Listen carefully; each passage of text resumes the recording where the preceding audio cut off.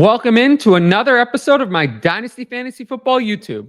Today I'm looking at 4 round 3 rookie sells from the NFL draft. Make sure to like, comment, and most importantly, subscribe if you haven't. Let's go.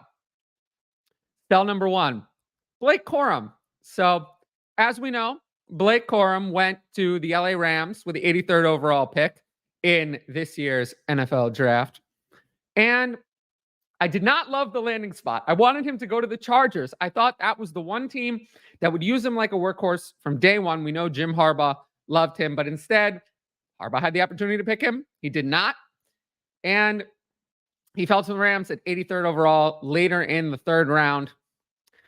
The fantasy fit in LA. So I hear some people saying, well, Blake Corum is going to be the starter over Kyren Williams. I don't agree. I don't see that. Kyren Williams was one of the best running backs, in the league for fantasy. He took a lot of touches in 2023.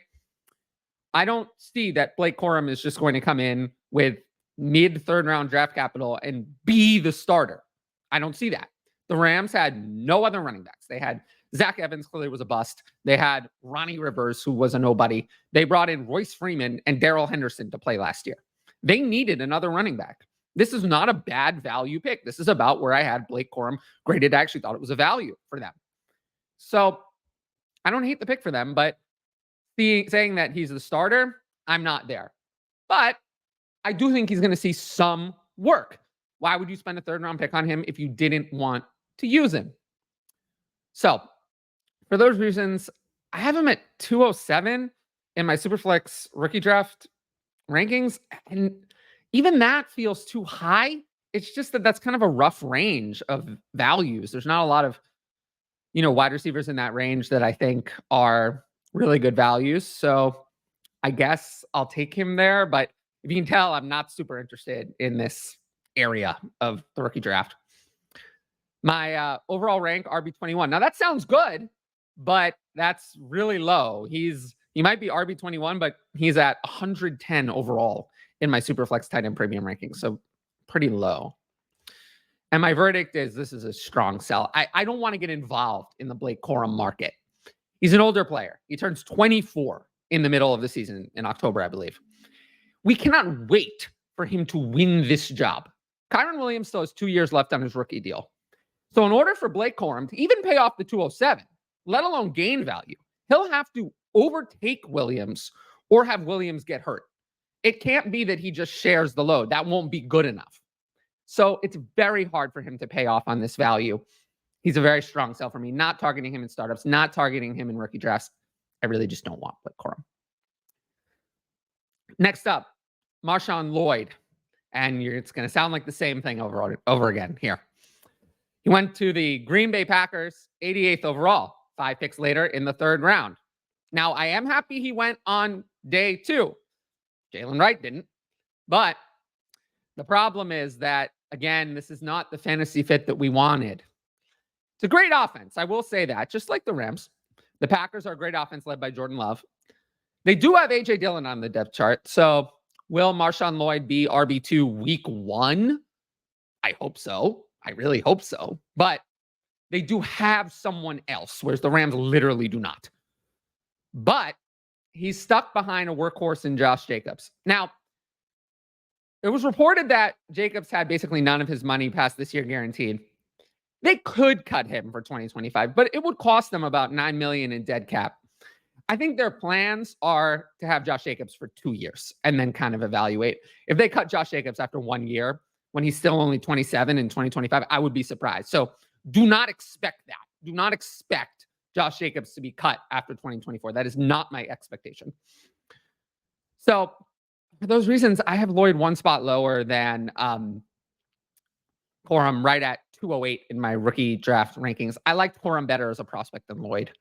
So for those reasons, the situations are very similar. So I slightly prefer Corum. And again, it's the same, RB22, literally back-to-back in my startup rankings too. Just like rookie drafts, literally back-to-back overall and among running backs. Very similar values.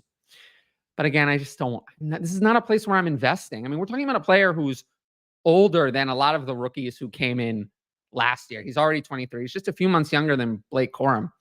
I mean, some of the rookies from last year, Kendre Miller, I believe, is over almost 2 years younger. Tajay Spears is almost a year younger. Like, it's just, yes, you can invest in this player, but it's just hard. It's hard for him to pay off the value unless he overtakes Josh Jacobs as the starter. And that's something that I'm learning.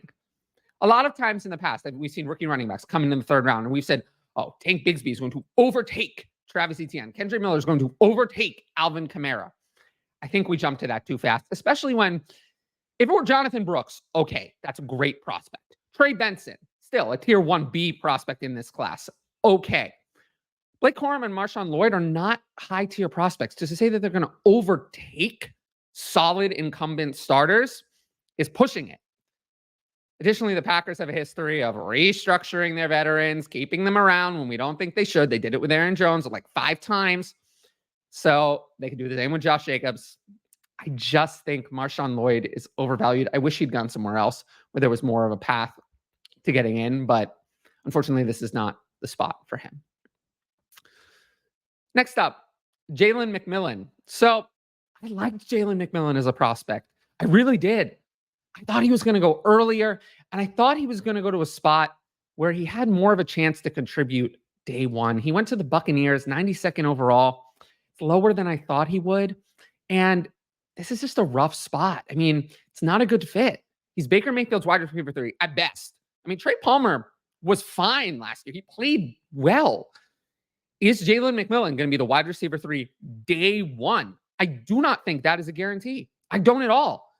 So when we look at it, what is Jalen McMillan going to do year one? We're talking about Baker Mayfield. We're not talking about Patrick Mahomes. Baker Mayfield's wide receiver 3 is not going to be a fantasy asset. So he needs an injury. And then even then, is he really going to be that great? I don't know. So for those reasons, I have him down at 307.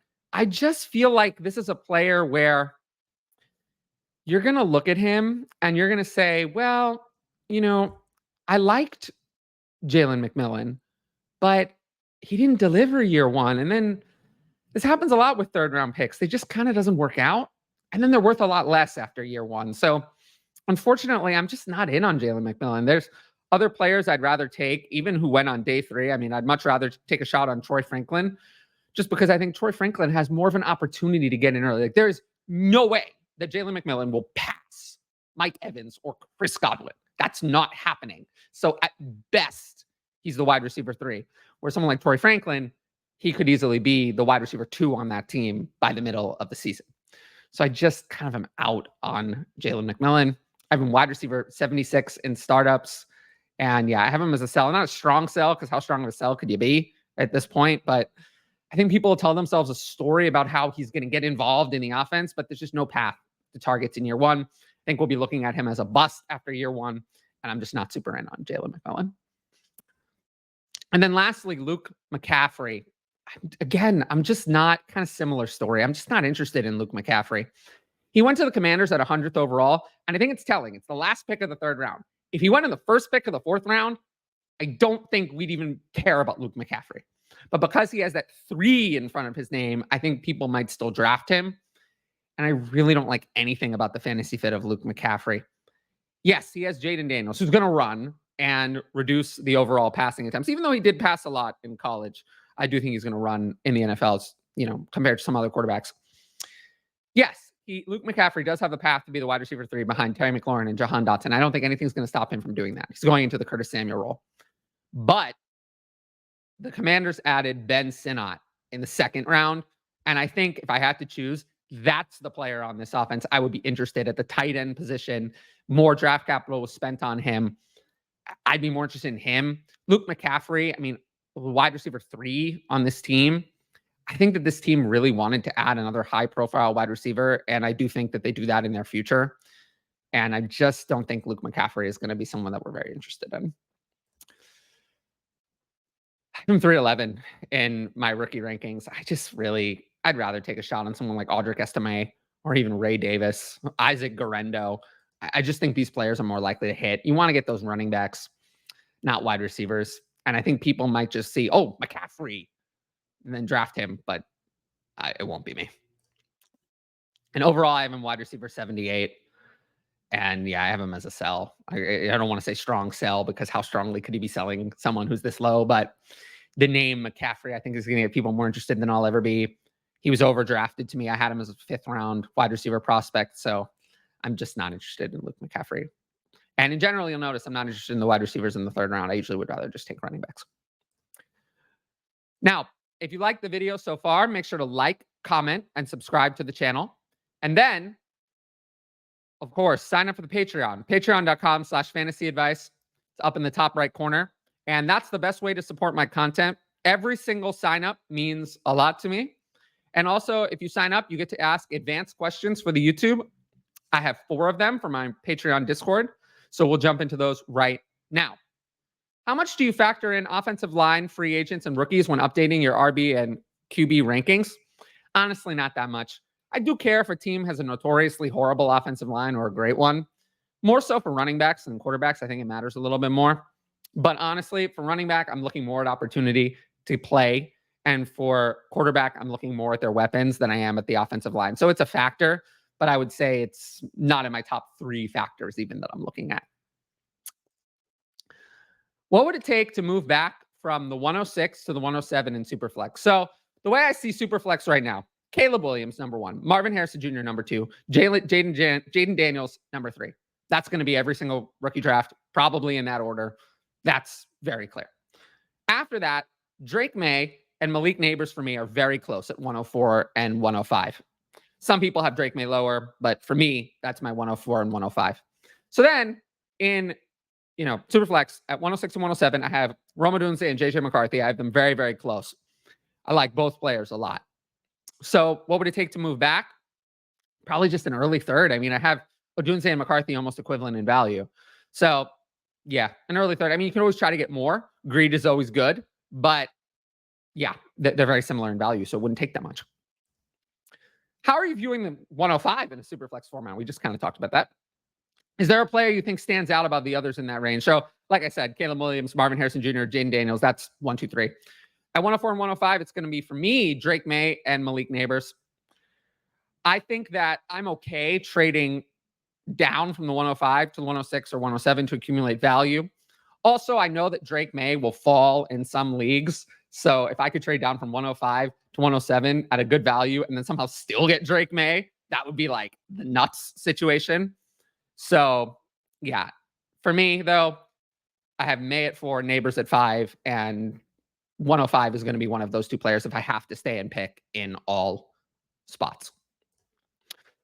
We have a lot of questions about this range of rookie drafts. What's the price to sell 108 to move down? If you wanted to move into the Worthy, Thomas, Brooks range, what would you want to receive to move down? So in a tight end premium Superflex, the tier break is at 108 with Brock Bowers to 109 X Worthy. If it's not a tight end premium, then the tier break's actually at 107 with JJ McCarthy down to 108 to 110 Worthy, Bowers, and Brian Thomas. So if I'm selling 108 to move down, could I go down to 110 and pick up 202 or 203 with it? So instead of having Brock Bowers, I would get Brian Thomas and, maybe Ladd McConkey. But even that, I mean, is that the best value ever? No. So like, it's hard. I've noticed it's hard to sell 108. I think it's easier to sell, 106 or 107 because you can get a little bit more. So yeah, that's the kind of package I would target. I'd maybe look at trading it for some veterans. We'll talk about trading rookie picks on future videos. But in general, I find holding at 108 usually is the best move.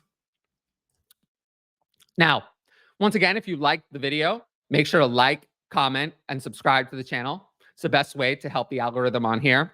And of course, sign up for the Patreon at patreon.com/fantasyadvice up in the top right corner, where you can get all my rookie ranks, chat in the Patreon Discord, and ask advanced questions for the YouTube. But until next time, I want to thank everyone for watching, and I will see you all later. Peace out.